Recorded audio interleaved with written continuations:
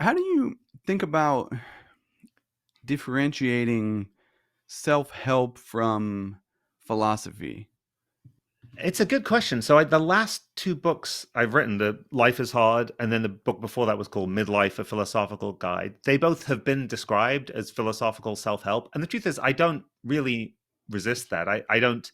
I'm not as down on self-help as a genre as some philosophers and other intellectuals might be. In general, I like self-help books, and I've got a lot out of reading them.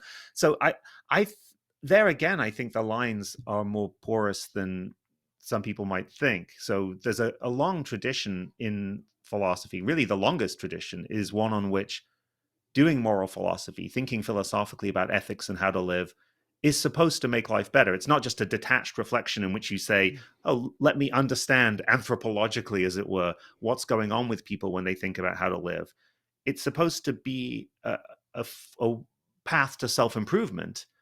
And it's a fairly recent innovation in philosophy, sort of 17th, 18th century, where models of scientific understanding get imported into philosophy, and you get this idea that a certain kind of moral philosophy should be more detached than that. It should just anatomize moral experience without changing your moral life in the way that you might expect moral philosophy to do.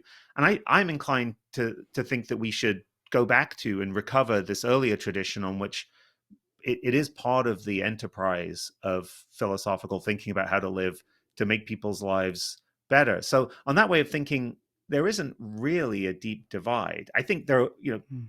some self-help can be glib and superficial, and I think there's a bit of a tendency. This is maybe a kind of longer thread, but I think there's a tendency for people to think of the goal as just personal satisfaction or their own happiness rather than thinking more broadly uh, about living well or living a good life.